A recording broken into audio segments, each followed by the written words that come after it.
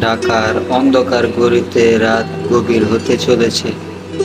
এই সময়ে গলিগুলিকে যেন বিভিন্ন রূপে দেখা যায়।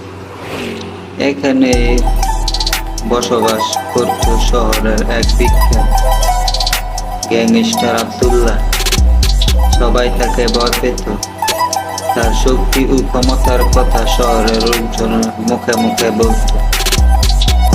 আব্দুল্লাহর জীবনে ছিল রোমাঞ্চকর, কিন্তু একদিন তার জীবনে ঘটে এক ভয়াবহ ঘটনা।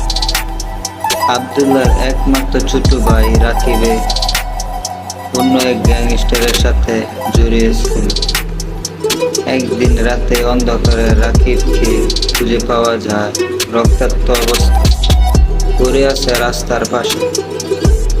আব্দুল্লাহর রাগ কোনো সীমা মানে না।